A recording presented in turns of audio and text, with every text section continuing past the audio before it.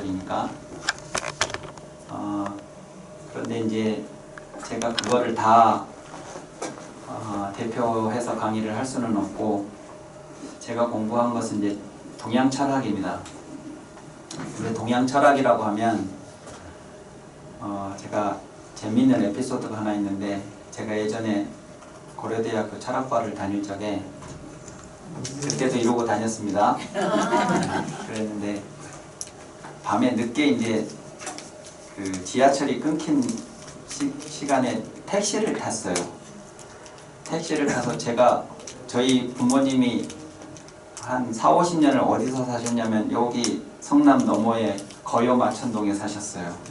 저도 거기서 태어났고, 그래서 이제 거기가 부모님 댁이고, 저도 거기서 살면서 이제 학교를 다녔는데, 택시를 타고 밤에 이제 거여동을 가자고 이제 해서 가는 중에 기사 아저씨가 눈미러로 저를 자꾸 보시는 거예요. 제가 뒷자리에 탔는데. 그러면서 힐끔힐끔 보시더니 뭐 하는 분이냐고 그러더라고요. 철학을 공부합니다 그랬어요. 그랬더니 야 좋은 거 하시네요 뭐 이래. 그래서 그러면서 막 한참을 얘기하는데 자기 자식 얘기를 저한테 자꾸 하시는 거예요. 그래서 철학을 좋은 공부한다고 하셔놓고 자기 자식 얘기를 자꾸 하시는데 보니까 제가 사주 보는 사람이라고 생각을 하시는 거예요. 동양 철학한다고 하니까. 그래가지고 한번 자기 자식 좀 한번 봐주라고.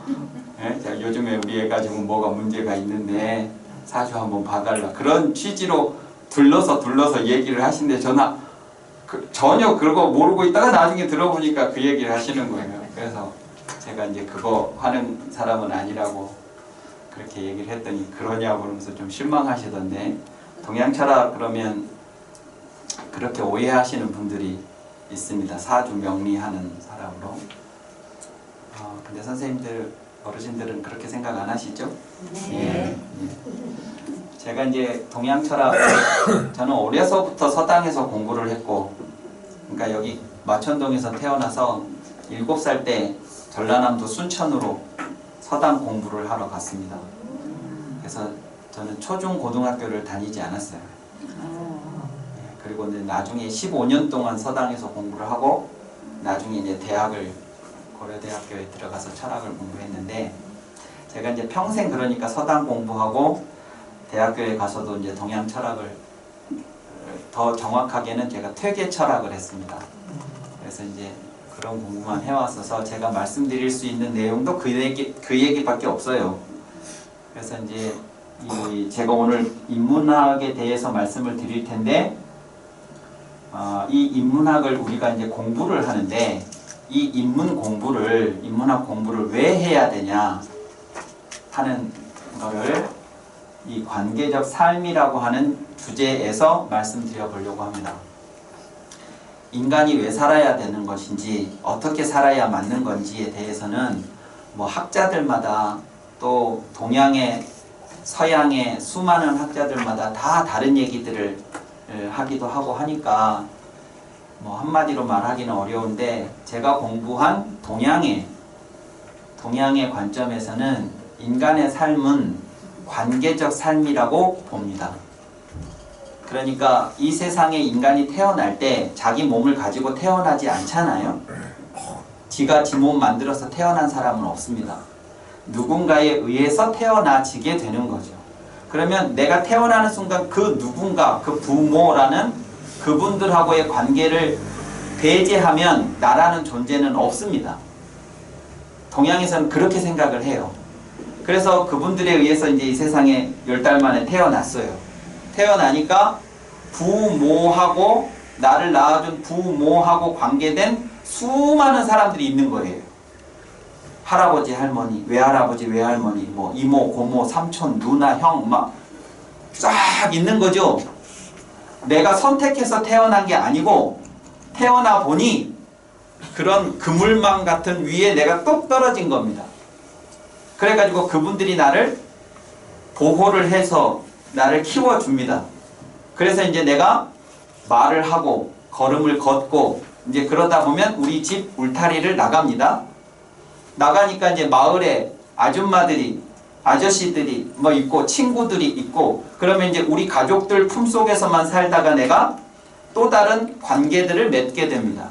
그리고 학교를 갑니다. 그러면 저쪽 마을 애들이 옵니다. 그래서 이 마을 저 마을의 친구들을 사귀게 되죠. 그리고 중학교를 넘어가면 올라가면 더 많은 마을에서, 고등학교를 올라가면 더 많은 마을의 친구들하고 사귀게 되고, 대학교를 가면 이제 마을이 아니고 도시가 달라지게 되고 지역이 달라지게 되는 거잖아요. 그 친구들하고 사귀게 되고, 사회에 나가면 더 다양한 사람들과의 관계를 맺고 살아가게 되고, 또 이제 결혼을 하면 생전 함께 살아본 적 없는 사람하고 한 집에서 같이 살고, 거기서 또 자식을 낳고, 그러면서 또 새로운 관계가 만들어지고 평생을 그렇게 사는 거잖아요. 하루를, 우리의 삶을 하루를 살펴만 보더라도 사람과의 관계를 빼고는 내 삶이 설명되지 않습니다. 일생을 놓고 보더라도 어떤 사람들과의 관계를 빼고는 내 삶이 설명되지 않습니다. 그러니까 우리의 삶을 관계라고 보는 것이 맞다고 동양은 생각을 했던 거예요. 그래서 잘 아시는 부자, 유친, 군신, 유의 이런 거 있잖아요. 그게 왜 만들어졌냐면 그 사람들이 대표적인 관계들이거든요. 부자 관계, 군신 관계, 부부 관계, 장유, 붕우, 이게 대표적인 5개의 관계거든요. 그때 그 관계를 떠나서 내가 살 수가 없으니까 부모와 자식 관계는 어떻게 해야 되냐, 군신 간에는 어떻게 해야 되냐, 부부 간에는 어떻게 해야 되냐라는 얘기들을 했던 겁니다. 그래서 관계적 삶이 이제 우리 인간의 삶을 설명하는 가장 키워드고, 그 관계적 삶이라는 것을 잘 살아가기 위해서 우리는 인문 공부를 해야 된다 하는 이야기를 말씀을 드리려고 합니다. 자, 조금 전에 가을 노래를 하나 들으셨죠? 제가 가을시 하나를 소개를 해드릴게요. 잘 아시는 미당 서정주 시인의 국화옆에서라는 시 한 소절입니다. 한 송이 국화꽃을 피우기 위해 봄부터 소쩍새는 그렇게 울었나 보다 하는 시입니다. 잘 알고 계시는 시죠? 아주 유명한. 요즘 학생들 국어 교과서에는 저 시가 없답니다. 모르셨죠? 예. 제가 대학생들한테 물어보니까 처음 본대요. 예, 없답니다.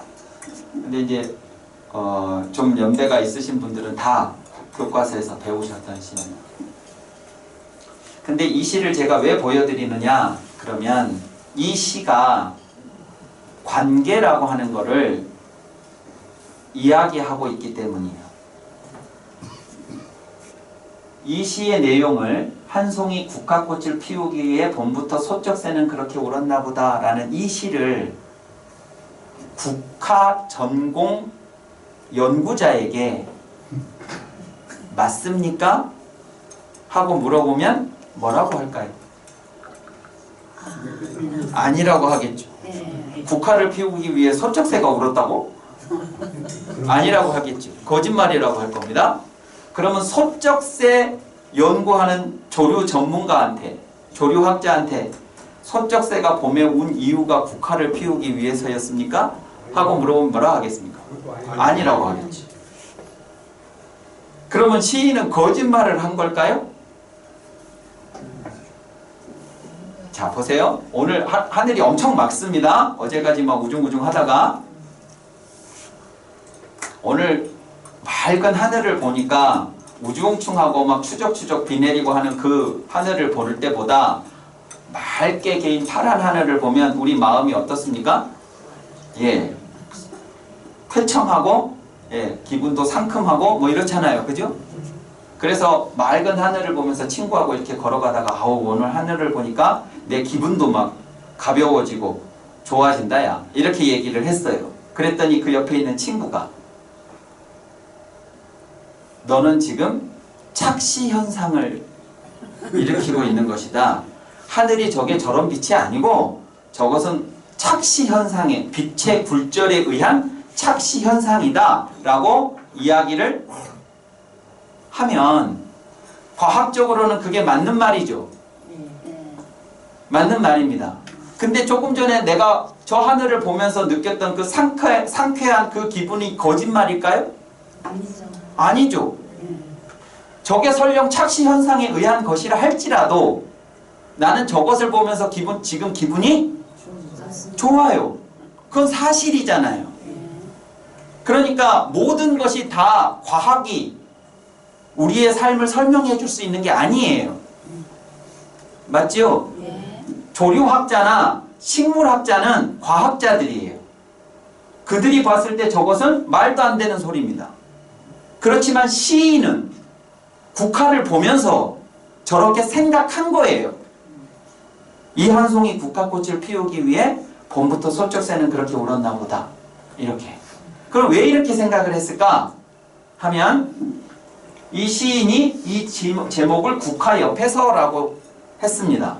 그러면 이제 이맘때쯤 가을에 국화가 핍니다. 그 국화 옆에서 시인이 저 시를 썼다고 가정해 볼 수 있겠죠? 그러면 시인이 국화를 바라봅니다. 저 시의 내용으로 보았을 때 이 국화를 시인이 어떤 눈으로 바라보고 있을까요? 뭐 이런 것이 다 피었어. 이렇게 바라보고 있을까요? 아이고 어떻게 이렇게 예쁘게 피었을까? 이러고 바라보고 있을까요? 그렇게 바라보고 있겠죠? 그러니까 얘가 너무 예뻐요. 국화가. 그 다른 소절에서는 우리 누님 같다 뭐 그런 거 나오잖아요. 그죠? 아주 예쁜 국화의 모습을 시인이 보면서 예쁜 눈으로 보고 있는데 어떤 것이 예쁘면 말이죠. 어떤 것이 예쁘면 우리는 얘가 어디에서 왔을까가 궁금해집니다. 그 정훈이의 노래에도 꽃밭에 앉아서 고운 빛은 어디에서 왔을까 그런 거 있잖아요. 얘가 어디서 왔을까 이런 게 궁금해요. 어떤 예쁜 애를 봐도 너 누구 집 애니 이런 거 네 부모가 누구길래 너를 이렇게 예쁘게 이런 거 궁금하잖아요. 어디서 왔을까가 궁금해요. 그래서 시인이 이 예쁜 국화가 어떻게 왔을까를 생각했어요. 생각했더니 국화를 피우기 위해 가장 중요한 게 뭐냐? 그러면 국화는 특징이 가을에 피는 꽃이잖아요.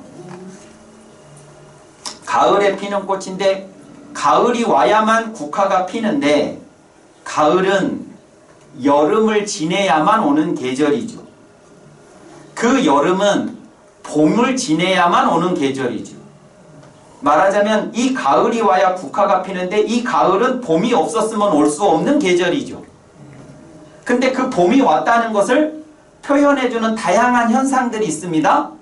그 중에 하나가 소쩍새가 우는 거예요.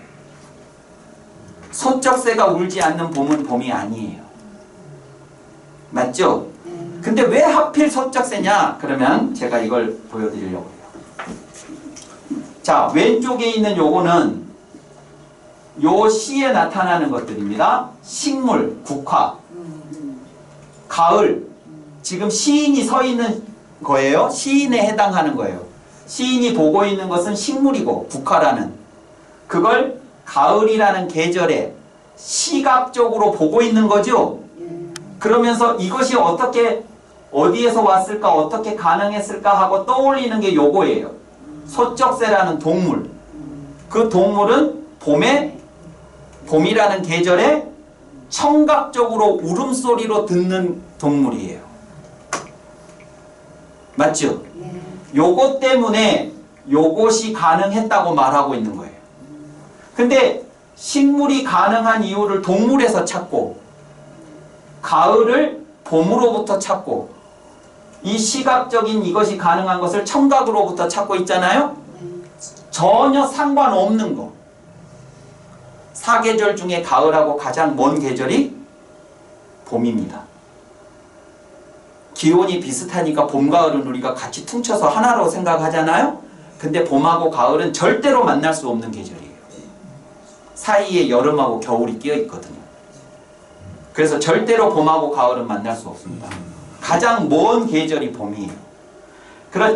그러니까 이 식물인 국화가 피기 위해서 어떻게 가능했을까 하고 생각했는데 가장 사람들이 떠올리기 어려운 것들을 떠올리고 있는 거예요. 근데 그 얘기는 무슨 얘기냐면 세상에 아무 상관없는 것처럼 생각되는 것조차도 그것이 없으면 이것이 없다는 얘기를 하고 있는 겁니다. 되게 철학적인 시예요, 저게. 네. 세상은 아무 상관이 없는 것처럼 생각되지만 사실은 그것이 없었으면 이것이 있을 수 없다. 그래서 이 국화가 핀 것이다. 실제로 소쩍새는 국화와 상관없이 울었지만 소쩍새가 우는 그 봄이 있어서 그 다음에 여름이 오는 거고 여름이 지나가고 가을이 와서 이 국화가 핀 거면 그러면 그 소쩍새는 국화를 피우기 위해 울었던 거죠. 근데 그것이 과학적 사실을 말하고자 하는 게 아니니까 울었나 보다 이렇게 울었다가 아니라 그래서 이런 게 인문학이에요. 문학이라는 게 철학, 역사가 대표, 문사철이 대표적으로 인문학이거든요. 문학은 세상을 이렇게 봅니다. 저 하늘을 보면서 저건 착시현상이야 라고만 생각하고 살면 얼마나 삭막하겠어요? 저 맑은 하늘을 보면서 아 기분이 너무 상쾌해 이렇게 하면서 살아야지. 그 기분이 상쾌해라고 느끼는 그 감정이 과학적인 것이 아니라 인문학적인 감정이라고. 세상은 상관없어 보이는 것조차도 상관이 있다 하는 얘기를 해주고 있습니다. 그런 얘기가 또 하나가 있어요. 장석주라는 시인이 쓰신 대추 하나리라는 시가 있습니다. 여기에서 시인이 이렇게 얘기했어요. 대추가 저절로 붉어질 리는 없다. 저 안에 태풍 몇 개, 천둥 몇 개, 벼락 몇 개 이렇게 말을 했습니다. 가을이 되면 대추가 붉어지죠. 그러면 우리들은 그 붉어진 대추를 보면서 가을이니까 붉어졌나 보다 이렇게 생각합니다. 근데 시인은 그렇게 보지 않아요. 저 대추가 저절로 붉어졌을 리가 없다. 우리는 저절로 붉어졌다 이렇게 생각하는데 가을이라서. 근데 그럴 리가 없다 그랬습니다. 저 안에 태풍이 몇 개, 천둥이 벼락이 몇 개씩이나 들었다. 이렇게 얘기합니다. 이게 무슨 얘기냐? 대추나무의 대추가 봄에 연녹색의 작은 좁쌀만한 것들이 엄청나게 다닥다닥 맺힙니다. 그죠? 그것들이 가을에 다 붉은 대추가 될까요? 봄에 대추나무에 맺힌 그것들이 그 중에 대부분은 다 떨어집니다. 대부분은 떨어지고 남은 것들만 붉은 대추가 되는데요. 그것들이 왜 떨어졌냐? 그러면 태풍이 불어서 천둥 벼락이 쳐서 엄청난 폭우가 쏟아져서 아니면 어마어마하게 뜨거운 올 여름처럼 떼약볕이 막 내려 쪼여서 너무 목말라서 그래서 막 떨어지는 것들입니다. 그런데 떨어지지 않은 것들은 그것들을 피해 있었던 것들이 아니라 똑같이 거기에 노출돼 있었던 것들이죠. 태풍이 칠 때 같이 바람을 맞았던 애들이고 비바람이 불어올 때 그 비를 다 맞았던 애들이잖아요. 근데 어떤 것들은 떨어지고 어떤 애들은 안 떨어지고 남아서 가을에 붉은 대추가 된 거 아니에요? 그러면 그 붉은 대추 안에 그 조그만한 대추 알 하나 안에 그 불었던 태풍의 숫자만큼 쳤던 천둥 벼락의 숫자만큼이 그 안에 다 박혀 있는 거지요. 맞습니까? 네. 그거예요. 저게 저절로 붉어질 리가 없다는 겁니다. 그것들이 떨어질 때 자신은 안 떨어지고 버텨서 그래서 이 가을에 저렇게 붉은 대추가 된 거라고 이야기를 하는 거죠. 어떤 것을 존재케 하는 것은 나를 긍정적으로 영향을 주는 것들만에 의해서 존재하는 게 아닙니다. 어쩌면 저런 시련을 거친 대추가 훨씬 달콤해요. 맞죠? 그냥 잘 자란 애들보다 저런 시련의 과정을 겪고 버텨서 남은 애들이 훨씬 더 달콤한 대추라고요. 그것도 관계죠. 나를 형성하는. 대추에서 저 과정을 빼면 저 대추 맛이 왜 이렇게 달콤한지가 설명이 안 될 거 아니에요? 그래서 세상에 관계없는 것들조차도 나를 존재하는 관계 안에 있다 하는 게 서종주 시인의 이야기라면, 장척주 시인의 시는 나에게 부정적인 시련과 고통을 주었던 것들조차도 나중에 지나고 나서 보면 나를 성장하게 만드는 어떤 것들이었다. 세상에 나와 상관없는 것은 하나도 없다. 그 얘기를 하는 겁니다. 그러면 시인들이 이런 얘기를 하는 저 더 위로 올라가 보면 어떤 생각하고 만나냐면, 요게 뭐냐 그러면 인도에 가면 신들이 엄청나게 많습니다. 그 신들에 대한 조각상들도 어마어마하게 많고 신들 이름들도 어마어마하게 많아요. 신화가 많아요. 신화. 그리스 로마 신화만 있는 게 아니고 인도에도 중국에도 우리나라에도 신화들이 있어요. 그 신화는 다 상징이에요. 신화는. 그러니까 우리가 합리적으로 이 세상을 설명할 수 없을 때, 아주 오래전 옛날에 이 세상을 설명하기 위해서 사람들이 만들어낸 이야기가 신화입니다. 그리고 그것들은 다 상징인데, 인도에 그 수많은 신들이 있는데 그 신들 중에 가장 상위급의 신이 인드라라는 신이고, 되셨죠? 그 인드라라는 신이 사는 궁전이 있는데, 그 인드라라는 신은 이 세상을 주재하는 신입니다. 이 세상을 관장하는 신이에요. 인도에서.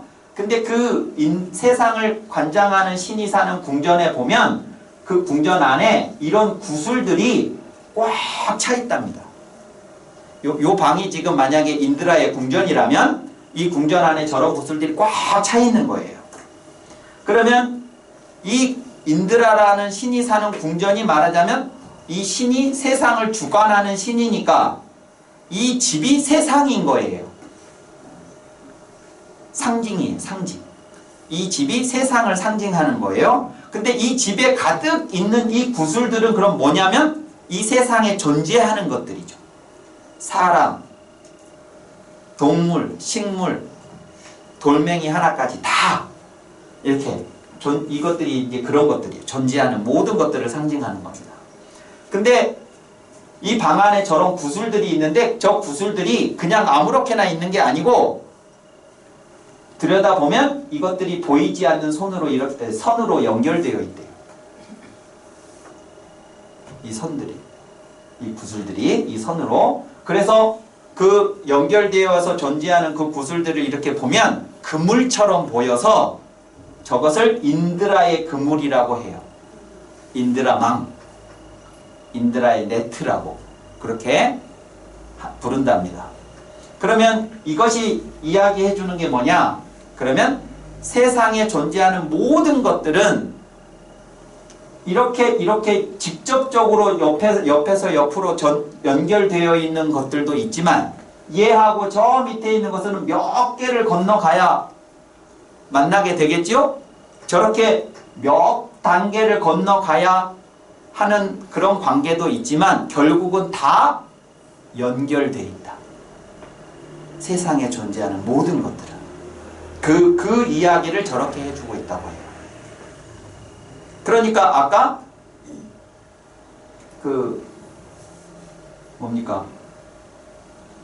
미당 서종주 시인이 국화하고 소쩍새를 바로는 연결이 안 되잖아요. 가을에서 여름으로, 여름에서 봄으로, 봄에 가서 수많은 현상들 중에 소쩍새의 울음이라고 하는 이 단계를 밟아서 그거하고 연결이 되는 거잖아요. 그렇게 아무 상관이 없지만 다 연결이 되어 있다. 그것이 이제 나중에 불교로 오면 인연으로 이제 받아들여지는 겁니다. 그 생각이 연기라든가 인연이라든가 이런 개념으로. 근데 이것이 왜 그러면 하필 구슬일까 하면, 이 구슬을 키워서 보면 이렇게 생겼대요. 이 구슬은 그러니까 그냥 원이 아니고 구슬은 모든 걸 위, 아래, 옆에 전부 다 비치게 되죠. 그러니까 이 방 안에 있는 모든 구슬이 요 안으로 비쳐 들어와요. 그리고 나에게 비쳐 들어온 그것에 대해서는 나도 거기 안으로 들어가겠죠. 맞습니까? 네. 그러니까 하나의 구슬 속에 그 수많은 모든 구슬이 비치고 그 하나의 구슬은 모든 구슬 속에 비치는 거죠. 나 하나가 존재하기 위해서는 이 세상 모든 것이 있어야 내가 존재할 수 있고 나는 어떤 식으로든 이 세상에 존재하는 모든 것들에 영향을 미칩니다. 그러니까 이런 생각을 가지면 어떻게 살 수가 없냐면 그게 나랑 무슨 상관이야 라는 생각을 하고 살 수가 없어요. 상관이 다 있으니까. 그러니까 말도 함부로 하면 안 되고 행동도 함부로 하면 안 되고 생각도 함부로 하면 안 되고 그게 다 연결이 된다고 생각을 하기 때문에 그럽니다. 이게 얼마나 지극히 관계 중심적인 생각이에요. 그게 그래서 태풍 몇 개, 천둥 몇 개가 요 안에 다 대추알 속에 들어와 있다. 태풍이 대추 떨어뜨리려고 불었겠습니까? 그건 아니었겠지요. 근데 대추한테는 그게 살고 죽는 문제였을 거 아니겠어요? 그게 다 그렇게 영향을 미친다고요. 내 의지와 상관없이. 내가 그냥 아무 생각 없이 내뱉은 말이 누군가한테는 죽고 사는 문제일 수도 있고요. 내가 아무렇지도 않게 베푼 어떤 선행 하나가 누구를 죽음에서 살릴 수도 있어요. 그러니까 조심해야지. 우리가 어려서부터 부모님께 들었던 그 수많은 말들이 다 조심하라는 얘기예요. 조심하라. 함부로 하지 말고. 뭐 이런 얘기들이잖아요. 동양 고전에 보면 이런 얘기가 있습니다. 흙은 흙이 아니면 높아지지 못하고 물은 물이 아니면 흐르지 못한다. 흙은 흙이 아니면 높아지지 못하고 물은 물이 아니면 흐르지 못한다. 이 산을 보시면 높은 산입니다. 산맥인데 이 산을 이루고 있는 것들은 흙입니다. 흙 알갱이 하나하나는 높이라고 할 만한 것조차도 없는 미세한 것들이에요. 근데 그 미세한 흙이 흙하고 함께 함으로써 저렇게 높은 산을 만들어요. 흙은 또 다른 흙이 아니면 높아질 수가 없어요. 물도 마찬가지죠. 이것이 나이아가라 폭포예요. 세상에서 가장 큰 폭포라는 폭포입니다. 이 흐름이 얼마나 강력하겠어요. 근데 이 흐름을 분해해보면 물방울들이겠죠. 다 물방울 하나로는 흐름을 만들 수 없어요. 근데 그 물방울이 또 다른 작은 물방울 하나들하고 만나서 저걸 만든 거잖아요. 흙은 흙이 아니면 높아지지 못하고 물은 물이 아니면 흐르지 못한다. 흙은 흙과 함께 했을 때, 물은 물과 함께 했을 때 높아지고 흘러간다. 그러면서 이 말을 한 사람이 우리한테 말하고 싶은 건 뭐냐면 사람은 어떨까? 사람은 또 다른 사람 없어도 혼자서도 충분할까? 아니면 사람도 사람과 함께 해야 할까? 이 질문을 하는 겁니다. 요즘처럼 파편화되고 개인화되고 막 해가는 세상에서 한번 생각해 볼 필요가 있는 요 말을 하는 사람은 사람도 저 흙이나 물처럼 사람과 함께 해야 한다 하는 얘기를 하고 싶어서 흙은 흙이 아니면 높아지지 못한다. 그렇듯이 사람도 사람과 함께 해야 한다. 요 얘기를 하고 싶었던 거였겠죠? 자, 그것을 제가 한자로 하나 보여드릴게요. 이런 내용의 글자를. 한자 잘 하세요? 요 옆에 보니까 서예도 하시던데 서예도 하신 분 계세요? 계시죠?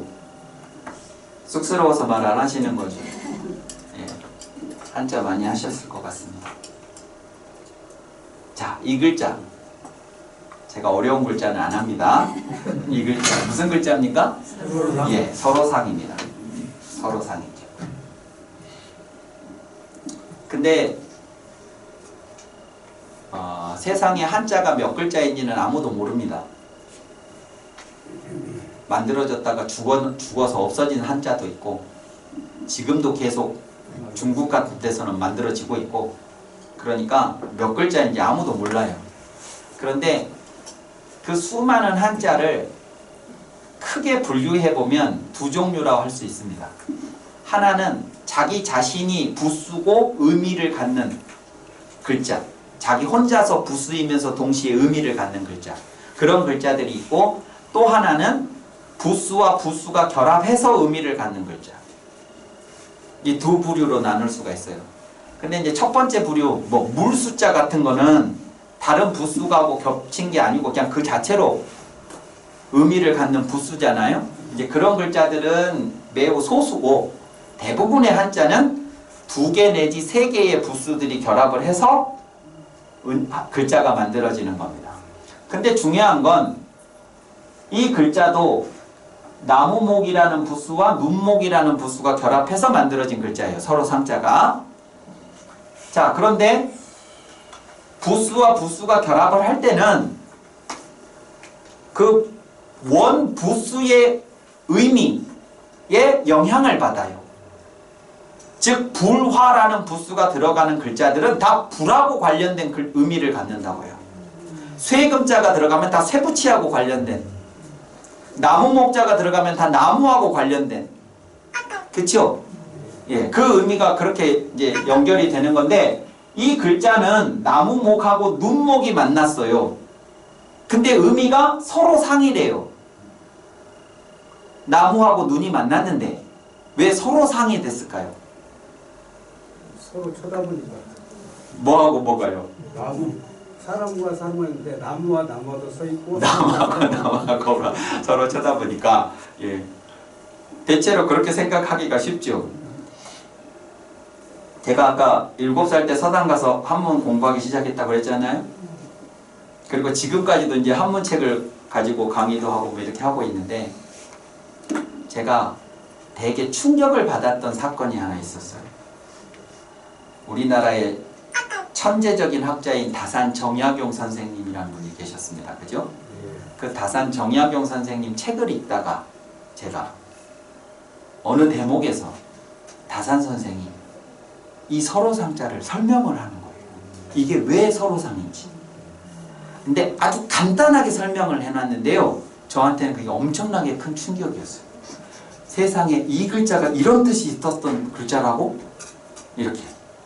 그게 뭔지를 좀 상세히 설명을 드려볼게요. 다산 선생이 말하는 나무목자와 눈목의 결합은 뭐냐? 나무로 눈을 삼다라는 뜻이라는 거예요. 나무가 눈이다. 이때 나무는 뭐냐? 저런 나무가 아니고요. 지팡이에요. 막대기, 지팡이. 지팡이는 몸이 불편하신 분이 몸을 부축하기 위해서 짚고 다니는 거잖아요. 근데 그 용도로 사용하는 게 아니고 눈으로 사용한다 그거예요. 누가요? 누가 그렇게 하나요? 장님, 시각장애인. 시각장애인이 나무로 눈을 삼는다라는 뜻이라는 거, 이게. 근데 왜 서로라는 뜻이 됐을까? 저게 그런 의미라는 건 알겠는데 왜 서로라는 뜻이 됐을까? 그러면 시각장애인은 만약에 여기 오늘 제가 처음 왔거든요. 성남문화원에. 오늘 여기에 시각장애인이 왔다고 해봐요. 처음. 그런데 여기서 이제 무슨 시간을 보내고 있는데 누군가가 저 문을 열고 빨리 대피하세요. 그러면 우리들은 다 저 문으로 이렇게 가겠지요? 근데 시각장애인은 어때요? 오늘 여기 처음 와봤어요. 아무것도 안 보여요. 문이 어디 있는지를 모르겠죠.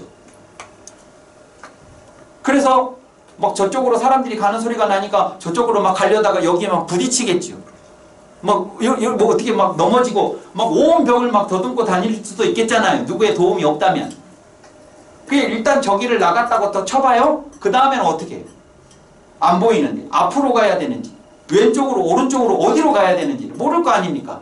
우리에게는 아무것도 아닌 1층으로 내려가는 그 일이 시각장애한테는 너무너무 어려운 일이에요. 그러니까 일상이 거의 대부분 그럴 거잖아요. 그러니까 시각장애인은 어디를 가고 싶은 데가 있어도 포기를 하거나 이런 경우들이 많을 것 같아요. 우리가 그거를 온전히 느낄 수는 없지만 근데 그분들이 어디를 가겠다고 하면 마음을 먹으면 축혀드는 게 뭐냐? 지팡이지. 내가 눈이 있어서 이 사물들을 볼 수는 없지만 지팡이로 이렇게 하면서 내 눈을 담아서 어딘가를 가는 거죠. 저게 왜 서로상자냐? 그러면 다산의 설명은 이런 겁니다. 우리 모두가 시각장애인이 아닌 우리들조차도 어떤 면에서는 다 시각장애인들이다. 왜냐? 인간이 살아오면서 한 번도 눈앞이 캄캄해지는 경험을 안 해본 사람이 없어요. 눈앞이 캄캄해진다는 게 무슨 상황이냐면 아까 시각장애인이 여기 있는데 1층으로 빨리 대피하세요 라는 그 상황이에요. 도대체 어디가 문인지도 모르겠고 저 문까지 어떻게 가야 되는지도 모르겠고 문을 어떻게 우연히 찾았다 하더라도 그 다음은 어떻게 해야 되는지도 모르겠고 우리가 어떤 일을 닥쳤는데 그 일이 나한테 왜 닥쳤는지도 모르겠고 이 일을 어떻게 수습해야 될지도 모르겠고 나 이제 뭘 해야 되는지도 모르겠고 누구를 만나야 될지도 모르겠고 그럴 때 우리가 눈앞이 캄캄해진다고 하는 거잖아요. 그동안 살아오시면서 그런 일 한 번 안 당해보신 분 계세요? 그러면 우리는 그 상황에서는 우리는 시각장애인이었다는 거예요. 꼭 물리적으로 눈이 안 보여야만 시각장애인이 아니라 그러면 이제 어떡하냐? 그 상황을 우리가 다 닥쳤는데 지금 여기에 와 계신다는 얘기는 그 상황을 헤쳐나가셨다는 얘기잖아요. 그러면 어떻게 그 캄캄한 상황을 헤쳐나올 수 있었을까? 거기에는 반드시 사람이 있었다는 거예요. 사람. 누군가 사람. 그게 부모일 수도 있고 자식일 수도 있고 형제일 수도 있고 친구일 수도 있고 아니면 선생님일 수도 있고 아니면 뭐 경찰관일 수도 있고 뭐 누가 됐든 간에 어떤 사람이 있어서 나는 그 사람과 함께 그 상황을 헤쳐나왔을 거라는 겁니다. 그러면 그 사람이 나한테는 시각장애인에게 지팡이와 같은 존재죠. 근데 매번 그 사람이 나의 지팡이만 되는 게 아니고 그 사람도 눈앞이 캄캄해지는 상황이 있겠죠? 그 사람 곁에 내가 있을 수도 있잖아요. 우리는 서로가 서로에게 나무눈이 되어주는 관계. 그러니까 한마디로 말하면 이 서로상자는 우리 인간은 두 눈 멀쩡해서 눈앞이 캄캄해지는 상황 한 번 겪지 않고 살 수 있는 완벽한 존재들이 아니고 우리는 누구나 다 불완전한 존재들이고 그래서 누군가와 함께 살면서 그들에게 도움을 받기도 하고 누군가한테 도움을 주기도 하고 서로가 서로에게 나무 눈이 되어 주어야만 하는 존재라는 뜻을 갖고 만들어진 글자예요. 제가 충족받을 만 했겠죠. 널리 전파하세요. 이 상자를. 여기 상자 이름에 상자 쓰시는 분 계실 수도 있는데요.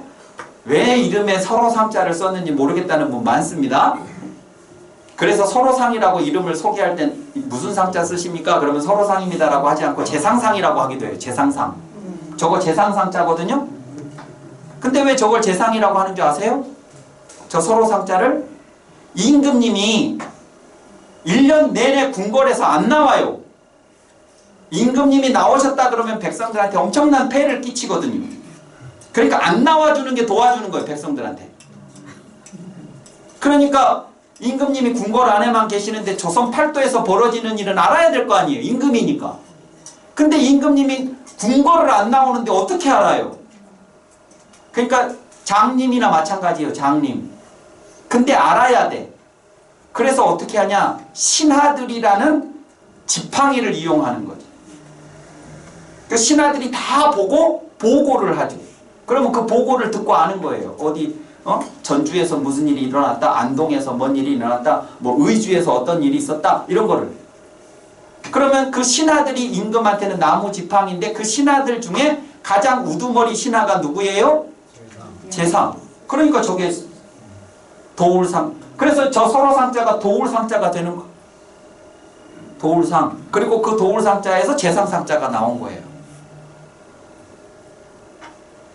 이 글자가 언제 만들어졌냐? 최소 3000년도 더 됩니다. 공자라는 분이 지금으로부터 약 2600년 전분입니다. 근데 공자가 공부하셨던 책이 있어요. 공자 이전 몇백 년 전에 쓰여진 책, 시경, 서경 이런 책들, 주역 이런 책들, 그 책에 저 글자가 나와요. 그러니까 최소한 3000년도 더 된 글자지. 근데 그 3000년도 더 된 그 시점에 저 글자를 처음 만들었던 사람들이 우리 인간에 대해서 이렇게 생각하고 있었어요. 우리는 혼자서는 살아갈 수 없는, 누군가와 함께 살아가야 하는 그런 존재다, 이런 거죠. 자, 그래서 이제 함께 살아가는 것을 동양에서는 대단히 중요하게 생각합니다. 그쵸? 외국어, 영어, 뭐 불어, 뭐 이런 거 있잖아요. 독일어 이런 거. 외국어를 우리나라 사람들이 알아듣도록 번역을 하기도 하고, 우리나라 말을 외국말로 번역을 하기도 하고, 그러겠죠? 그런데 우리말 중에 외국어로 번역이 되지 않는 것들이 있어요. 그 중에 하나가 뭐냐? 효도랍니다. 효도가 절대로 번역이 안 된대요. 제가 대학에서 학생들한테 강의할 때 부모님께 효도해야 되냐 안 해야 되냐 그러면 한 열에 9은 다 해야 된다고 다 얘기합니다. 우리나라가 중국이나 일본하고도 비교가 안 될 정도로 부모에 대한, 그 일본 사람들조차도 30이 넘은 자녀들이 부모님한테 월급을 타면 용돈을 드린다는 걸 이해를 못 한대요. 왜 줘야 되는데? 그러면 우리나라 젊은이들이 부모님이 나를 키워주시느라고 고생하셨잖아. 내가 부모님 덕분에 이렇게 성장해서 내가 이렇게 월급을 타고 그랬으면 당연히 부모님한테 다는 아니더라도 일부라도 용돈을 드릴 수 있는 거 아니야? 당연한 거 아니야? 이렇게 얘기를 하면 머리로는 맞는 것 같은데 공감이 안 된다는 거예요. 그게 효 문화가 없어요. 우리와 같은. 우리 애들이 지금 막 문제라고 해도 그래도 우리나라 애들이 심성이 그래요. 근데 그 효도라는 걸 번역을 할 수가 없다는 거예요. 그게 번역을 하려면 이제 이렇게 번역이 된답니다. 부모님 효도라는 게 뭐냐? 그러면 부모님한테 잘해드리는 거지. 그럼 그게 복종이냐? 그러면 부모님이 말씀하시면 부모님 말씀 어기지 않고 잘 따르는 거 뭐 이런 거 얘기하면 복종이냐? 그런데요. 복종이냐? 아, 복종은 아니지 그게. 그러면 그게 러브야? 러브? 러브도 들어있기는 한데 러브만 가지고는 좀 부족하지. 그 순종? 뭐 배려? 막 이런다는 거예요. 친절? 막 이런 거. 그러니까 그게 들어있어. 효도에 배려, 친절, 사랑, 복, 뭐 이런 거, 부모님 말씀 따르는 거 뭐 이런 거 다 들어있는데 그 어떤 한 단어로 효도라고 말할 수는 없다는 거예요.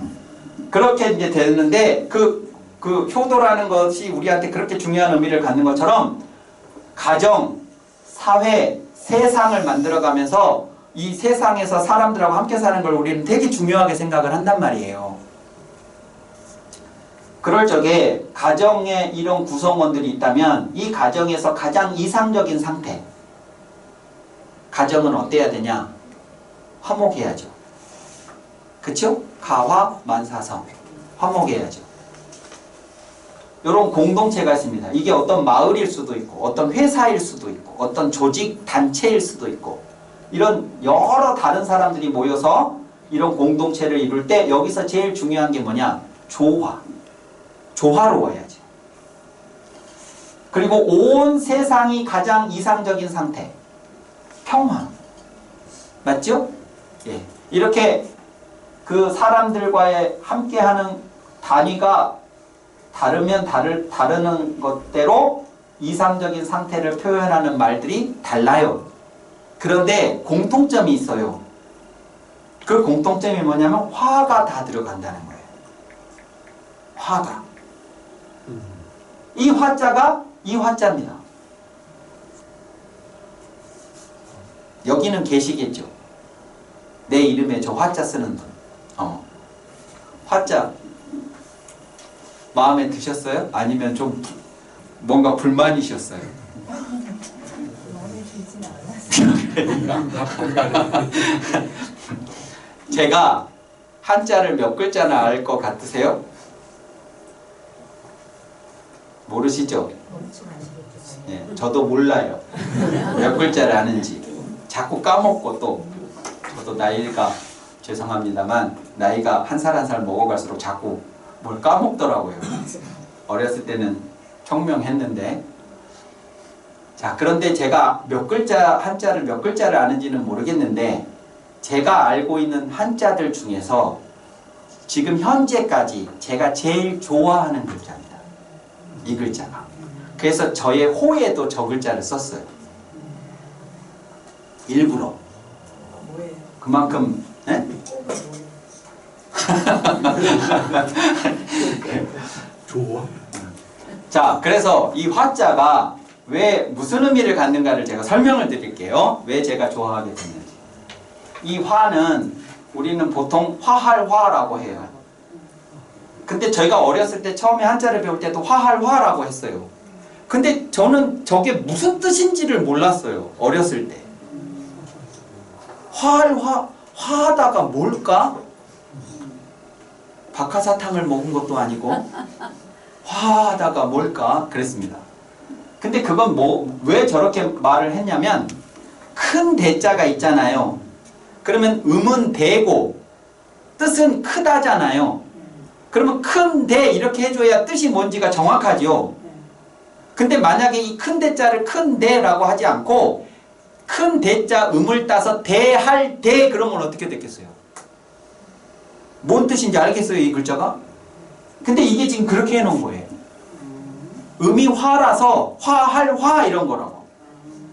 그러니까 뜻을 제가 알 수가 없었어요, 어려서. 그래서 막 찾다가 무슨 뜻인가 하고 고민을 하다가 찾아보니까 결국 저게 뭐였냐면 어울림이었어요. 그러니까 저걸 어울릴 화 그랬어야 돼.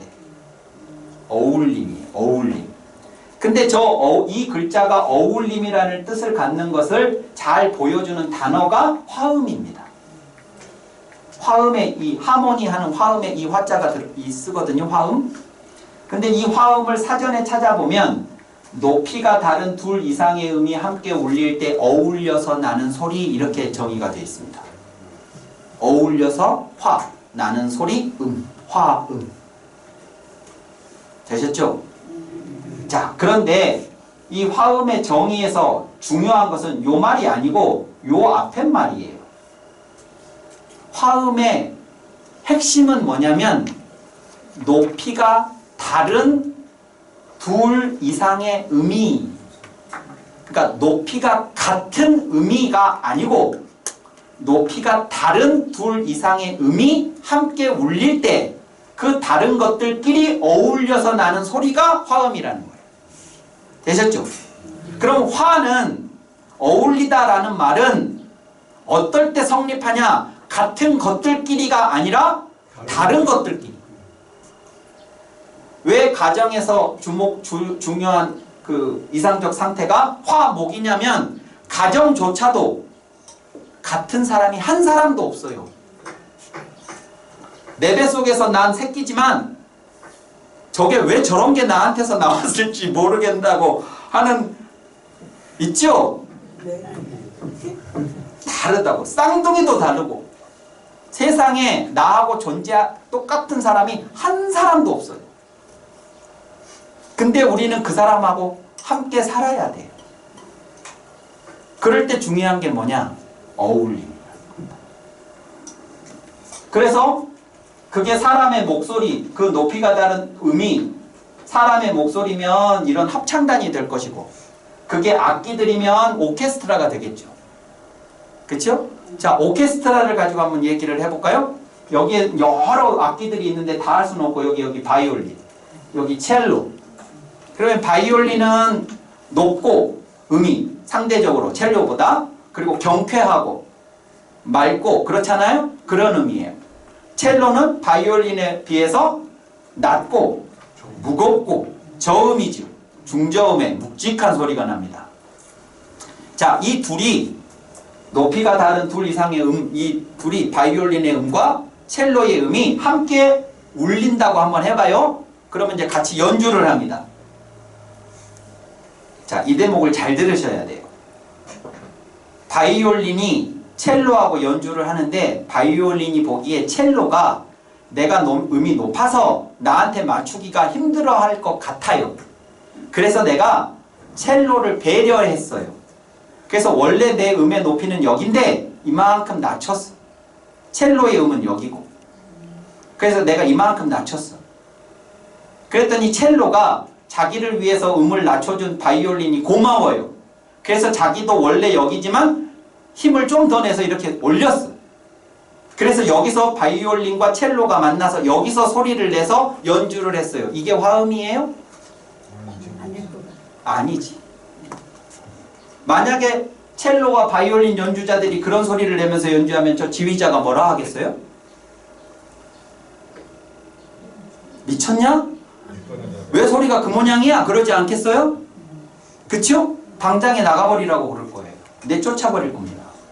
지휘자가 요구하는 것은 정확하게 바이올린 소리와 정확한 첼로 소리가, 그 경쾌한 바이올린 소리와 그 중후한 첼로 소리가 필요한 거지, 어중간한 그 소리를 두 악기가 같이 내고 있는 게 필요한 건 아닐 거 아니에요.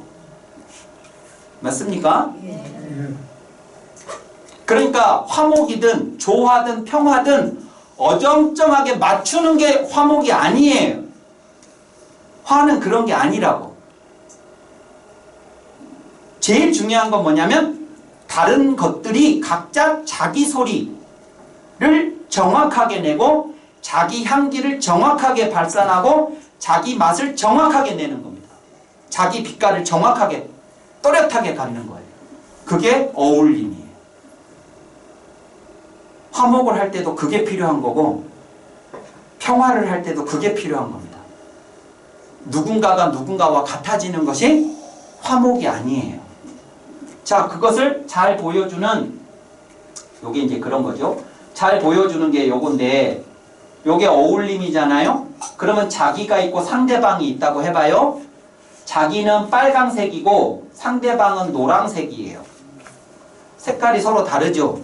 아까는 소리로 했다면 이건 색깔로 하는 겁니다.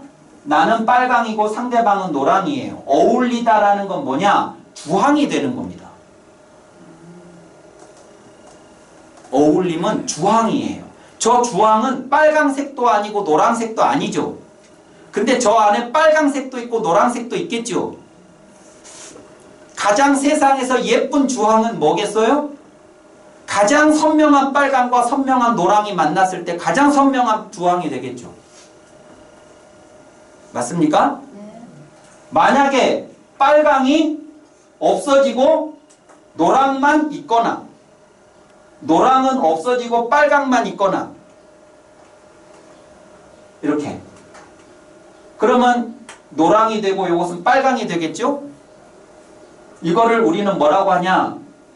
자기하고 상대방 중에 하나는 없어지고 하나만 남는 이 상황을 우리는 같아짐이라고 그래요. 같아짐. 응? 내가 누구한테 맞추는 거지. 그냥 왜 맞춰야 되는지 모르겠고 그냥 맞춰. 맞추면 그것을 우리가 같아짐이라고 하는데, 같아짐이라고 쓰지만 그 내용은 뭐냐면 하나가 없어짐이에요. 그러면 없어지는 얘가 기분이 좋겠어요? 그러면 이것을 뭐라고 하냐? 누군가가 불만을 갖겠죠? 이 중에 하나는. 그러면 그걸 뭐라고 하냐면 그걸 불화라고 그래요. 화하지 못한 거잖아요. 맞습니까? 한자가 그렇잖아요. 불화. 부부간의 불화. 부모 자식 간의 불화. 불화. 그게 이거라고요. 누군가가 지금 상처받고 있는 거라고.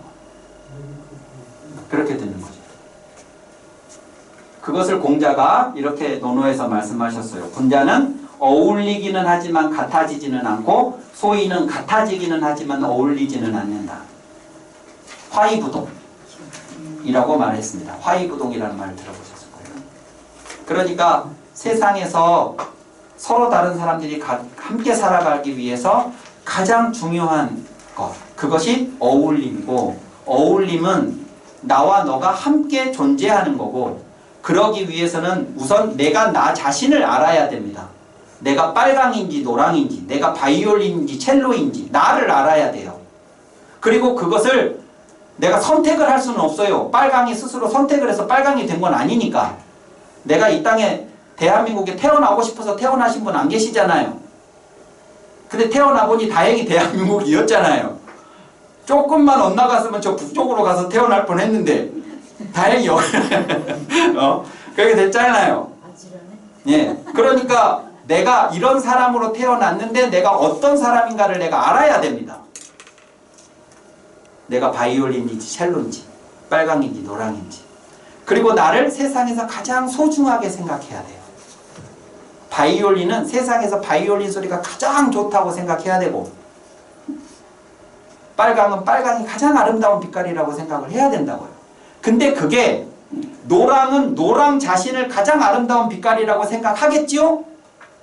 내가 나를 그렇게 생각하는 것처럼 쟤도 자신을 그렇게 생각하는 걸 인정해야 돼요. 네? 그래야 어울릴 수 있어요. 그래야 배알이 안 꼴릴 수가 있고, 그래야 시기 질투를 안 할 수가 있고, 그래야 그냥 맹목적으로 추종하지 않을 수 있습니다. 그래야 건강하게 함께 어울릴 수 있어요. 얼마나 멋있는 글자예요, 이 화자가. 그래서 제가 화자를 제일 좋아해요. 하는 겁니다. 잠깐 쉬었다 할까요? 그러면 시작하겠습니다. 자, 이제 인문에 대해서 말씀을 드리겠습니다. 지금까지는 관계적 삶에 대해서 말씀을 드렸고, 이제 인문 공부에 대해서 말씀을 드릴까 합니다. 인문이라는 말은 사람 인자의 문체 문자입니다. 이게 그럴 문자인데 원래 저 글자는 문체 문자입니다. 문체 문자는 어떤 것이 내면에 무엇이 바깥으로 드러나는 걸 말합니다. 문체. 그래서 그것을 예쁘게 보이게 하죠. 그러니까 그 국화가 갖는 그 노란 빛깔이라든가, 장미의 빨간 빛깔이라든가, 뭐 이런 것들이 말하자면 문체입니다. 문체. 저게 왜 그러면 그럴 문이 됐냐? 그러면 우리 마음 속에 어떤 감정이, 어떤 생각이 있겠죠? 근데 그 감정이나 생각을 다른 사람들이 몰라요. 내가 무슨 감정을 느끼고 있는지, 어떤 생각을 하고 있는지.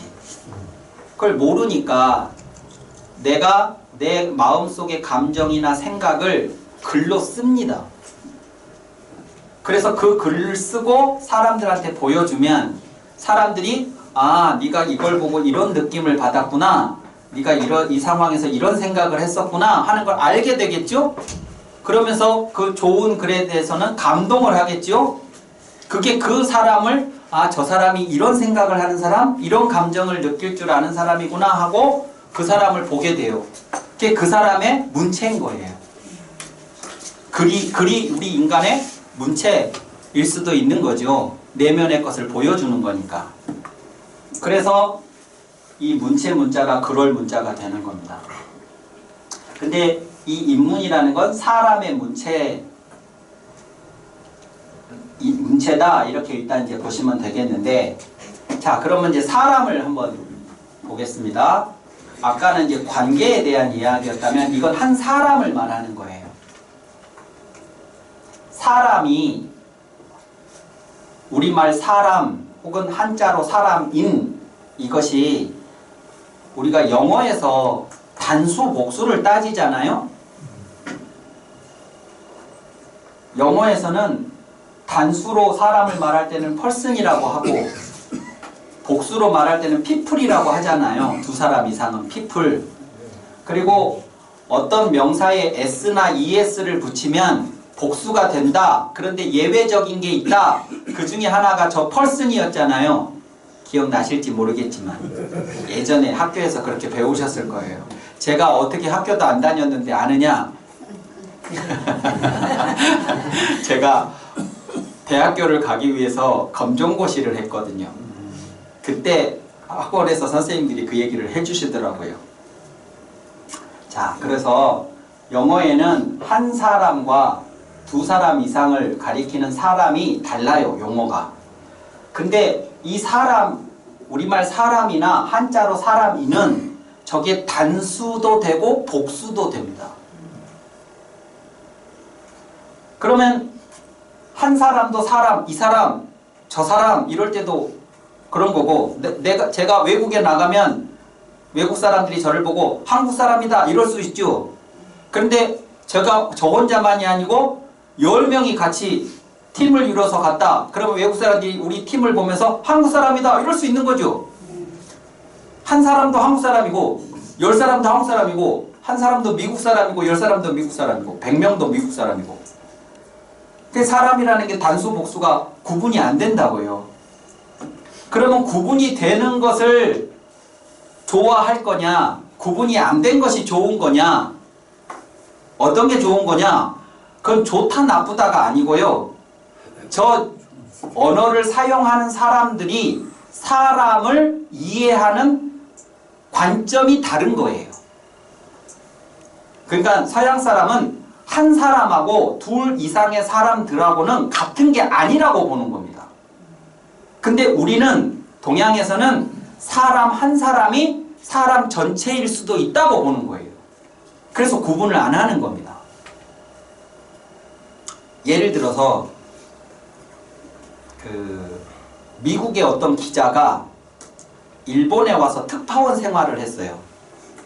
특파원 생활을 몇 년을 했는데 그 사람이 어디서 인터뷰를 했는데 이런 인터뷰를 했어요. 내가 일본에 와서 생활을 이제 자기가 기자니까 이제 일본의 방송이나 신문에서 보도하는 거를 이렇게 분석을 했겠죠. 그 중에 가장 이상했던 게 뭐냐면 아침 7시에서 8시 사이에 도쿄 어디에서 교통사고가 났다. 에? 그런데 러시아어인데 교통사고가 났어요. 그러니까 막 교통이 막 정체가 돼가지고 엄청나게 이제 막 사람들이 출근 시간이 늦어지고 그랬겠죠? 그것을 신문이나 방송에서 보도를 하는데 만약에 이게 미국의 신문이나 방송이었으면 워싱턴 어디에서 어떤 이유로 어떤 교통사고가 몇 시에 났는지만 보도했을 거라는 거예요.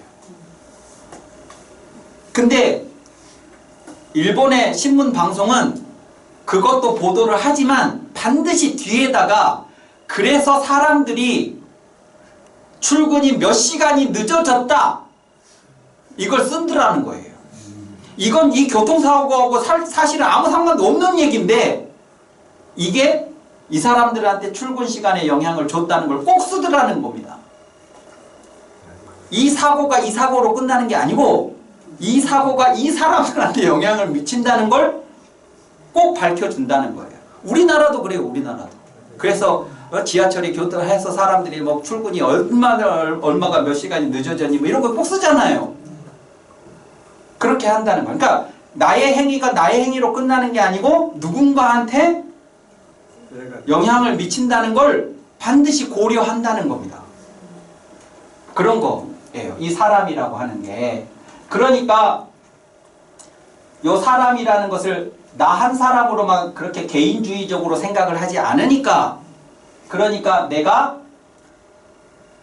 잘 살아야 한다는 생각을.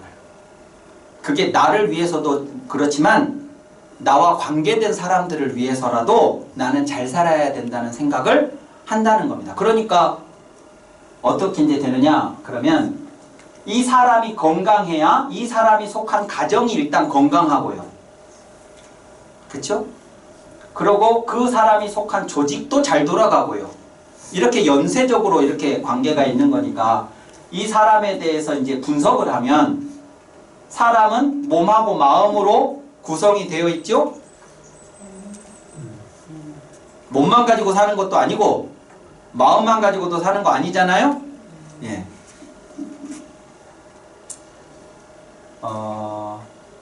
이 사람이 건강하다는 것은 이 사람을 구성하는 몸도 건강하고 마음도 건강해야 그 종합으로 이 사람이 건강한 사람입니다. 그러면 이제 몸을 건강하게 하기 위해서 우리는 뭘 하느냐? 그러면 그런데 이걸 먼저 보실까요? 그래서 두 가지가 다, 두 영역이 다 건강해야 되는데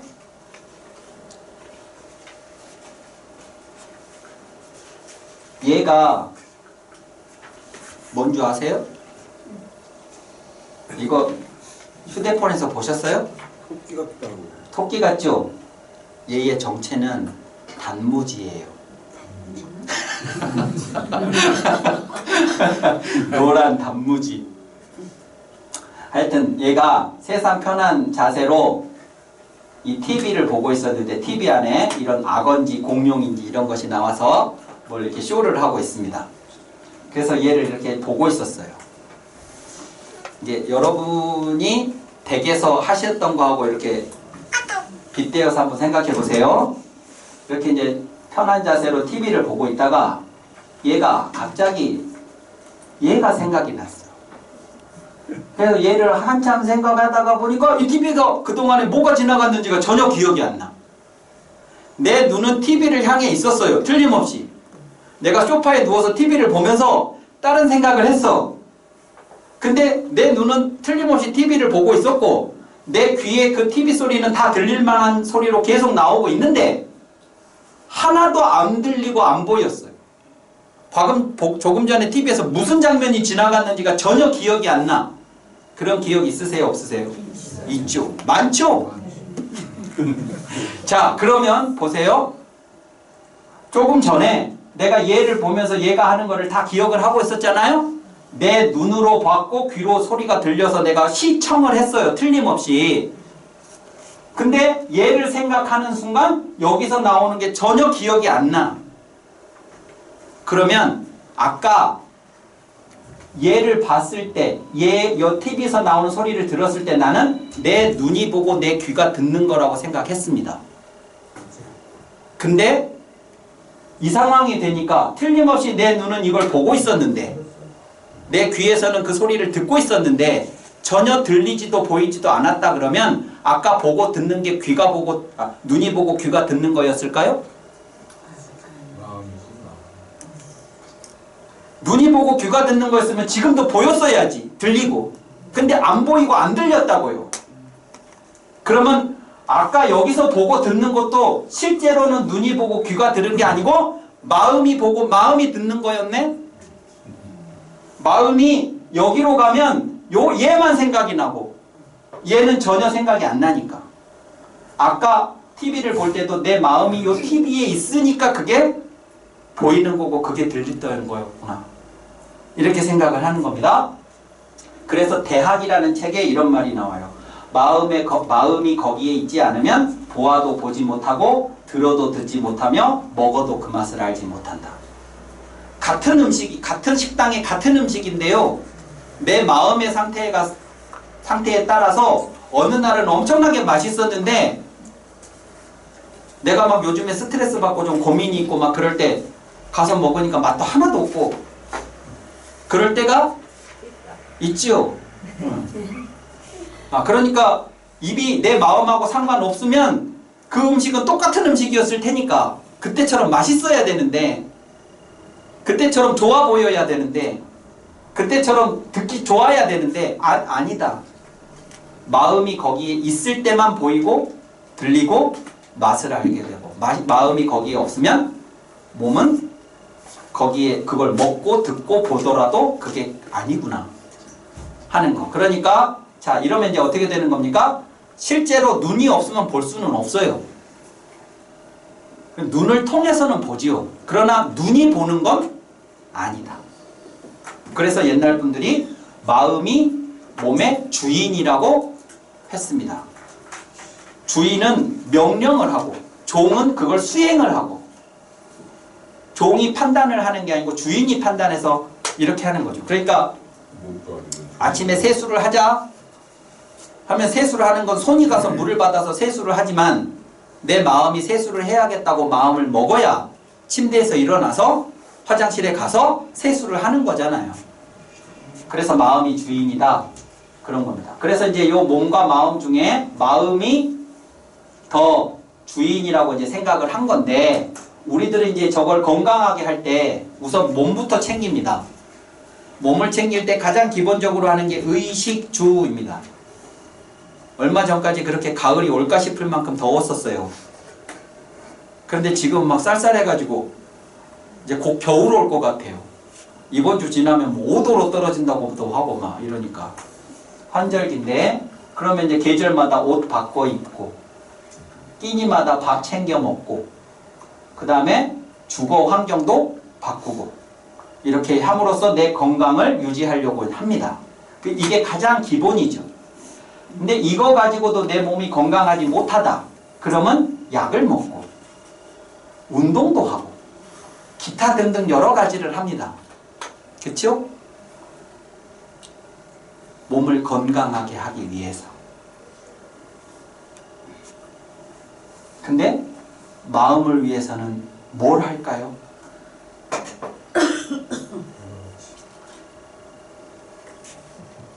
어떤 학자가요, 인간이 80년을 평균 80년을 산다고 하면 80년을 사는 동안 인간이 수많은 행위들을 하겠잖아요. 그 수많은 행위들 중에서 가장 열정적으로 하는 거 하나를 꼽아보라. 그러면 그것은 밥 먹는 거다 그랬습니다. 밥 먹는 걸 열정이라고 생각해 보신 적 있으세요? 밥 먹는 걸 열정이라고 그분은 표현을 했어요. 왜 열정이냐? 그러면 우선 인간이 24시간을 하루를 사는데 24시간 중에 내 의지대로 보내는 시간이 아닌 잠자는 시간을 빼고 잠자는 시간 한 뭐 6, 7, 8시간 정도를 빼고 나머지 시간 중에서 14시간 정도 뭐 이 중에서 밥 먹는데 우리가 얼마만큼의 시간을 쓰느냐? 그러면 평균 잡아 3시간, 한 끼에 1시간을 잡을 수 있다 그겁니다. 예? 그러니까 밥을 1시간을 먹는다는 얘기가 아니고 밥을 먹기 위해서 내가 다른 일을 멈추고 쓰는 시간. 그러니까 회사에서도 12시가 딱 되면 하던 일을 멈추고 식당을 가잖아요. 거기서부터가 식사 시간이에요. 가서 기다리거나 배식을 받거나 뭐 하고 밥을 먹고 그리고 다시 돌아오기 전에 커피 한 잔 마시고 뭐 이런 시간이 다 식사 시간이잖아요. 식사를 위해서 보내는 시간이 한 끼에 1시간. 만약에 가정의 어머니들이라면 식사를 준비하는 시간까지 포함하면 더 많이 들겠지요. 예, 그런데 한 끼에 1시간이라고 이제 평균을 잡고 이걸 3끼를 하면 3시간이라고 이제 볼 수 있다는 겁니다. 그러면 14시간 중에 3시간이 결코 적은 시간이 아닙니다. 근데 놀라운 것은 뭐냐면 그걸 매일매일 휴일도 없이 해요. 휴일은 시간을 더 써요. 차를 타고 어디를 가요. 먹겠다고. 그렇죠? 예. 그래가지고 이제 먹고 오해 와요. 그러면서 몹시 만족해 해. 이렇게 사는 거지 뭐. 다 먹자고 하는 거지 뭐. 이렇게 하면서. 만족해 합니다. 더 놀라운 건 뭔지 아세요? 내가 보통 12시에서 1시 사이에 점심을 먹는 사람이거든요. 그런데 오늘 무슨 일이 막 오전부터 막 밀려가지고 지금 2시 45분이에요. 막 일을 하다가 보니까 2시 45분이 됐는데 아직 밥을 못 먹어서 내가. 그러면 사람들이 어떻게 말을 하느냐? 그러면 내가 이렇게 살아야 되는 거예요. 수십 년 동안 그렇게 매번 끼니 밥을 잘 먹고 오늘 하루 지금 1시간 45분 밥 늦었다고 내가 이렇게 살아야 되냐고 말을 한다고요.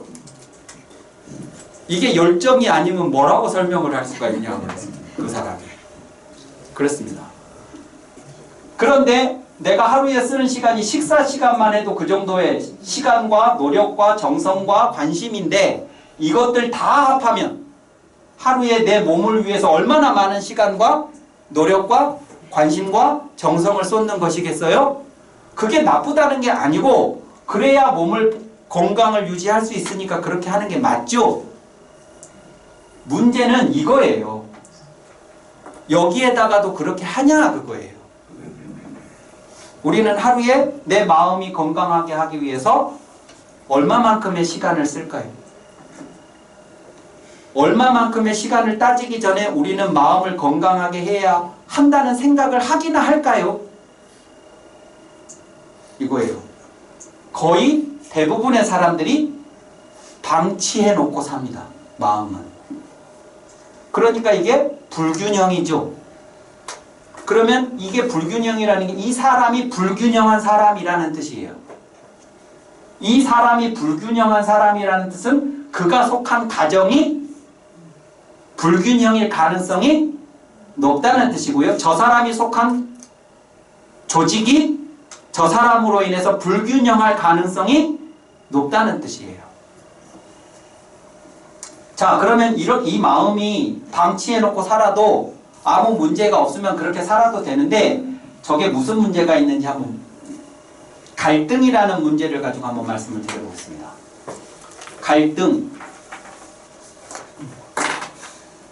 갈등이라는 단어는 뭐 고부 간의 갈등, 부부 간의 갈등, 뭐 부모 자식 간의 갈등, 뭐 친구 간의 갈등, 손님과 종업원 간의 갈등, 뭐 수많은 갈등이 있어요. 갈등.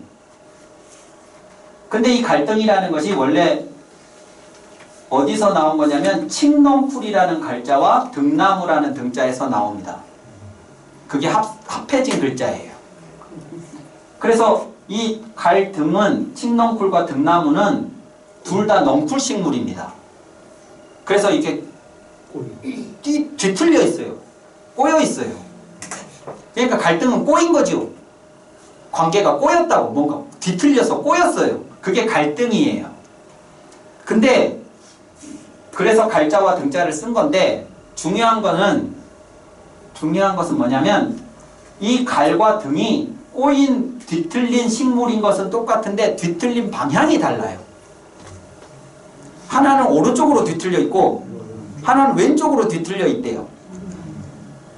그래서 저 두 개는 반드시 어떤 나무든 뭐든 뭔가를 타고 올라가야 되거든요. 누군가를 만나기만 하면 이렇게 땅으로 막 가다가 뭐가 만나면 그 걔를 막 타고 올라가요. 그런데 얘하고 얘가 서로 만났어. 여기서 막 이렇게 와가지고. 그래가지고 얘를 서로 이제 막 타고 올라가려고 하는 거예요. 근데 나는 오른쪽으로 꼬여야 되는데 쟤는 왼쪽으로 막 꼬이려고 하니까 내가 막 쟤 때문에 불편해. 예? 불편해요. 그러면 어떤 녀석이 잘못 꼬인 걸까요? 오른쪽으로 꼬이는 게 잘못일까요? 왼쪽으로 꼬이는 게 잘못일까요? 둘 다 그냥 그렇게 생겨 먹은 거예요. 그죠? 누구의 잘못이라고 할 수 없어요. 그러면 제3자가 봤을 때는 니네 둘 다 똑같다. 누가 잘했다 잘못했다가 아니다. 잘못이라면 둘 다 잘못이고 잘못이 없다면 둘 다 잘못이 없는 거다. 이렇게 말할 수 있겠잖아요? 근데 쟤들은 서로가 서로에 대해서 그렇게 생각하지 않아요. 세상에 어떻게 식물이 왼쪽으로 꼬일 수가 있냐? 난 그런 거 살다 처음 봤다. 어떻게 오른쪽으로 꼬이는 게 식물이야? 막 이러면서 서로가 서로에게 잘못 꼬였다고 비판을 합니다. 그러면 이제 서로가 서로를 불편하게 하고 그러다가 쟤 둘이 만나면 결국은 둘 다 말라 죽는데요. 칡넝쿨하고 등나무가 만나면. 그러니까 갈등이라는 게 우리 인간 관계에서의 갈등이라는 것도 그게 누구와 누구든 간에 한 사람은 아무 문제도 없고 한 사람한테만 모든 문제가 있는 갈등은 없어요. 제3자가 보면 뭐 조금 더하고 덜할 수는 있지만 둘 다 문제가 있다면 문제가 있는 거지 하나는 아무 문제가 없고 하나만 잘한 것은 없으니까. 그러면 둘 다 그렇게 이제 하다 보면 저 상대방에게만 문제가 있다는 식으로 서로가 이제 대응을 하다가 결국은 그 관계는 저 등나무, 칡나무가 등나무, 칡넝쿨이 같이 죽듯이 그 관계는 파탄이 돼요. 그게 갈등이에요. 그러니까 저게 이제 파탄까지 가지 않게 하려면 이 갈등을 해결을 해야 될 거 아니겠어요? 해결을 할 때 어떻게 해야 되냐? 그러면 첫 번째, 자신에 대한 객관적 안목을 가져야 합니다. 자신에 대한 객관적 안목을 갖는다는 게 뭐냐면 내 입장에서만 생각하지 않고 내가 칡넝쿨이라면 등나무를 내가 쳐다보는 것처럼 등나무 입장에서 나를 쳐다볼 수 있어야 된다는 뜻이죠. 예를 들면 내가 누군가하고 갈등 관계가 있으면요, 우리들이 이렇게 돼요. 상대방에 대해서 엄청나게 연구를 합니다. 내가 상대방에 대해서 걔가 오늘 무슨 얘기를 했는지, 그 얘기를 할 때 걔 눈빛이 어땠는지, 그 말할 때 표정은 어땠는지, 말꼬리는 어땠는지, 그 자세는 어땠는지를 엄청나게 세밀하게 연구를 합니다. 그래가지고 오늘 만났을 때의 상황을 다 분석을 했잖아요. 그러면 이 데이터를 며칠 전에 만났을 때 분석해 놓은 데이터하고 종합을 해요. 그때도 그러더니 오늘도 이랬다. 그러면 이게 무슨 의미야? 하면서 연구를 밤새 잠도 안 자고 해요. 전문가가 돼. 상대방의 전문가가. 그래가지고 나중에 걔를 만나잖아요. 그러면 내가 생각해 봤는데 하면서 걔의 잘못에 대해서 막 얘기를 내가 3시간도 할 수 있어. 근데 문제는 뭐냐? 나에 대해서는 내가 하나도 몰라요. 상대방도 나 연구했을 거 아닙니까? 그 사람도 잠 안 자면서? 그래가지고 너는 어떤 줄 알아? 하면서 나한테 대고 뭐라고 얘기를 해요. 그러면 내가 다 까먹었거든요? 내가 그렇게 한 거? 그래서 내가 언제 그랬는데? 이렇게 얘기해요. 자기가 한 걸 몰라. 그러니까 나는 얘 얘기만 하고 얘는 내 얘기만 하고 서로 딴 사람 얘기만 해요. 그러니까 이건 대화가 아니에요. 그냥 주장을 하는 거지. 그러면 갈등이 해결될 리가 없잖아요. 그러니까 내가 상대방의 문제점에 대해서 간파하는 거 좋은데 그것과 동시에 나에 대해서도 어떤 잘못이 있어서 지금 이 갈등이 벌어지는지를 생각해 봐야 된다는 거예요.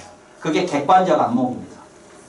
두 번째, 객관적 안목을 가지고 상대방의 잘못과 내 잘못을 이제 파악을 했다면 상대가 동의할 수 있는 방법을 찾아야 됩니다. 상대가 동의하지 않는 방법을 일방적으로 제시해서는 갈등이 해결되지 않아요. 상대가 동의를 해야 돼요. 동의를. 50대 50이 맞서서는 이 갈등은 해결되지 않아요. 51대 49라도 돼야 돼요.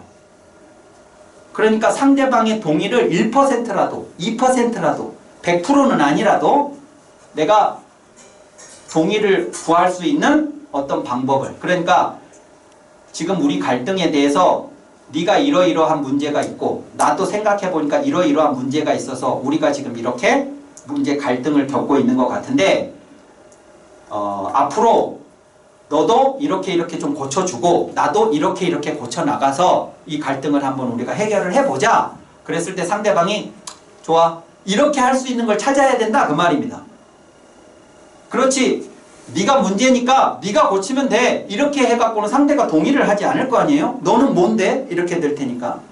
그래서 상대가 동의할 수 있는 방법을 찾아야 된다는 겁니다. 그래서 상대가 이제 동의해서 서로 간에 어떤 방법을 찾았으면 자신부터 고쳐나가는 용기를 발휘할 수 있어야 됩니다.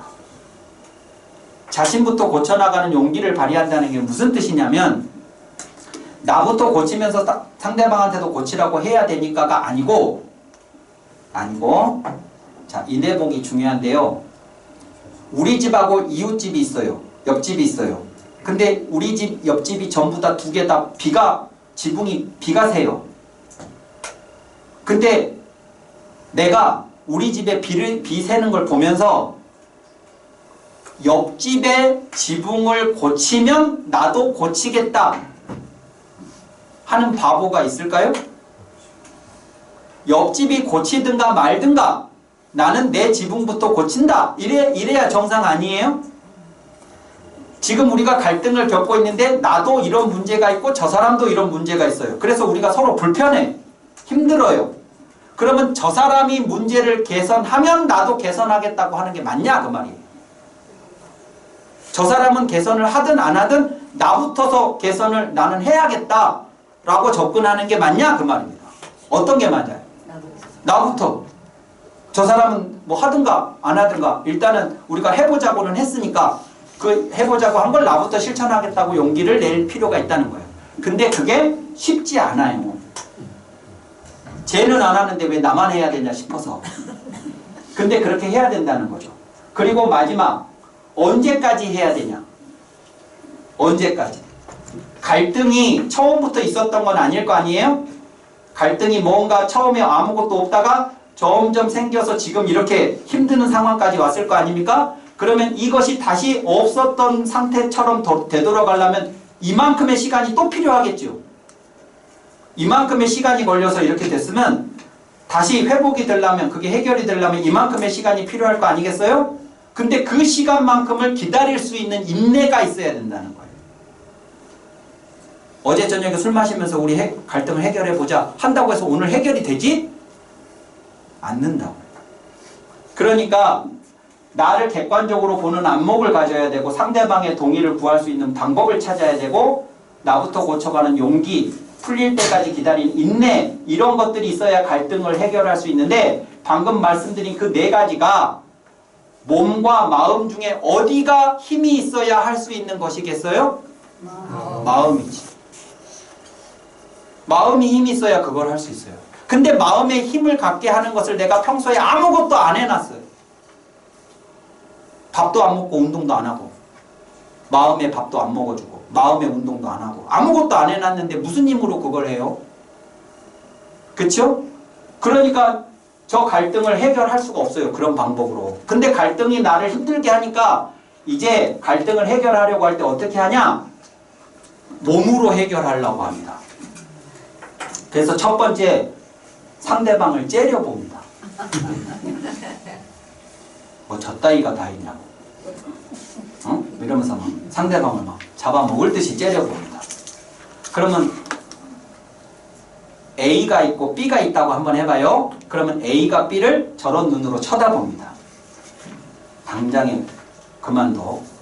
당장에 그만둬. 이런 식으로 눈으로 쳐다봐요. 그러면 여러분이 B라면, A가 저런 눈으로 쳐다보는 B라면, A가 나를 저렇게 쳐다보는 거 보니까 내가 뭘 잘못한 모양인데? 그러면서 내가 뭘 잘못했는지를 반성하고 막 스스로 고치고 그러시겠어요? 어? 아니지. 어떻게? 뭘 쳐다봐? 왜 쳐다봐? 어쩌라고? 이러면서 쟤보다 더 강렬한 눈빛으로 쳐다보겠죠? 그러면 이제 여러분이 A라고 해봐요. 바꿔서. 쟤가 지금 잘못해서 내가 쳐다봤어. 그러면 내 눈빛을 알아차렸으면 고쳐야 되잖아. 근데 저놈이 나보다 더 강렬한 눈빛으로 나를 째려보고 있네? 그러면 A 나는 어떻게 할까요? 기가 차. 이러겠지. 기가 차요. 그래서 어떻게 하냐? 그러면 너 일로 와봐. 그럽니다. 눈으로 말했는데 못 알아들었잖아요, 제가. 그러니까 이제 내가 그럼 입으로 말해줄게. 너 일로 와봐. 이렇게 한다고. 일로 와. 그래. 그러면 이제 와요. 와면 어떻게 하냐? 네가 있잖아. 이렇게 잘못했으니까 이렇게 바꿔야 되지 않겠어? 라고 상냥하고 친절하게 말할까요? 막 얘기를 합니다. 야, 너 제정신이야? 부터 시작해가지고 막 이제 네가 뭘 잘못했는지에 대해서 막 얘기를 합니다. 근데 이렇게 얘기가 끝나고 나면 이상한 일이 벌어져요. A가 B한테 저렇게 얘기를 했잖아요? 그러면 B가 사람이 아니게 돼. 왜냐하면 A가 막 얘기를 하고 마지막에 이렇게 얘기를 하거든. 이래놓고도 네가 사람이야? 너 사람도 아니야? 이렇게 한다고. B를 사람 아니게 만들어놔요. 그러면 여러분이 B면 아, 네 말을 들어보니 나는 진짜 사람도 아니다. 이러시겠어요? 너 뭘 잘했다고 나한테 지금 이래? 그러면서 나도 한번 얘기해봐 하면서 B도 이제 퍼붓기 시작합니다. 그러면 B의 말이 다 끝나면 A도 사람이 아니게 돼요. 그럼 이제 사람 아닌 것들끼리 누가 더 사람이 아니냐를 놓고 막 합니다. 자, 이런 일이 벌어졌어요. 그러면 이제 세 번째, A 입장에서 생각해보세요. A가 B에 대해서 얘기를 했어. 뭘 잘못했는지. 좀 과격하기는 하지만. 그러면 A 입장에서는 내가 말을 하면 B가 알아들어야 된다고 생각을 했겠죠. 근데 B가 나한테 사람을 아니게 만들어놨네? 그러니까 이제 A는 너무 답답해요. 말까지 해줬는데도 안 받아들이니까. 그러면 이제 어떡합니까? 팹니다. 공룡. 패는 사람들이 하는 말이 있어요. 공통적으로. 뭐라고 하냐? 내가 오죽했으면 팼겠습니까? 그럽니다. 뭐 다른 거 할 방법이 없어요, 이 사람이. 그래서 팼다는 거예요. 그러면 이제 B가 맞으면 정신 차릴까요? 야, 맞으니까 제정신이 돌아온다. 내가 잘못했다. 이럴까요? 같이 패겠죠. 그러면 이제 난리가 나겠죠. 자, 몸이 갈등 상황에서 등장하면 이것밖에 할 수 있는 게 없어요. 몸이 뭘 하겠어요, 이것 말고. 근데 이래서 문제가 해결되냐고요. 안 되죠. 그래서 마하트마 간디가 이런 말을 했습니다. 폭력은 사색과 이성적 의사소통이 깨진 곳에서 시작된다. 폭력이라는 것은 어디에서 시작이 되냐면 우리가 사색을 하고 뭐가 문제인지 어떻게 해야 되는지를 사색을 하고 그걸 이성적으로 상대방과 의사소통을 해서 해결하지 않고 사색과 이성적 의사소통이 깨진 그곳에서 폭력은 시작된다고 했다. 그러니까 이 사색과 이성적 의사소통이 되려면 어디에가 힘이 있어야 되냐면 마음에 힘이 있어요. 사색과 이성적 의사소통. 자, 그래서 의식주, 운동, 약 먹고 하는 그런 삶을 통해서 내 몸을 건강하게 하는 것처럼 배움을 통해서 내 마음을 건강하게 해야 합니다. 배움을 통해서. 저기에서 이제 배움이 필요한 거예요. 내 마음이 나를 객관적으로 볼 수 있도록, 내가 누구인지 알 수 있도록, 상대방을 이해할 수 있도록 하는 그 마음의 힘을 기르기 위해서 우리는 공부를 해야 되고, 마음의 이 알미 축적이 되면 이 알미 몸으로 드러나요. 내 눈빛으로 드러나고 내 말로 드러나고 내 행동으로 드러나요. 그러면 사람들이 그런 말을 하는 그런 눈빛을 가진 그런 행동을 하는 나를 보면서 좋다고 느껴요. 아름다운 사람, 좋은 사람, 선한 사람, 훌륭한 사람, 친절한 사람, 이렇게. 그게 인문이에요. 인문. 그러니까 인문 공부는 왜 해야 되느냐면 결국 나를 아름다운 사람으로 꾸미기 위해서. 근데 그게 화장을 해서 꾸미는 것이 아니라 내 마음이 건강해서, 그래서 상대방과의 관계에서 내가 적절하게 상대방을 배려하고 이해하고 사랑하고 할 수 있는 그런 품을 갖기 위해서 그런 말을 하고 그런 행동을 하고 그런 눈빛을 가지려면 마음 안에서부터 그것이 저절로 우러나와야 되니까 그걸 하기 위한 공부가 인문학이라는 거예요. 수학, 영어, 과학 이런 것이 그걸 해주는 게 아니고 그런 것들은 기능적으로 필요한 학문이지만 나 자신을 성장시키는 학문은, 그래서 나를 아름답게 꾸며줄 수 있는 학문은 바로 그런 내면을 단단하고 건강하게 조화롭게 만드는 공부, 그게 바로 인문 공부다 라고 말씀을 드리겠습니다. 감사합니다.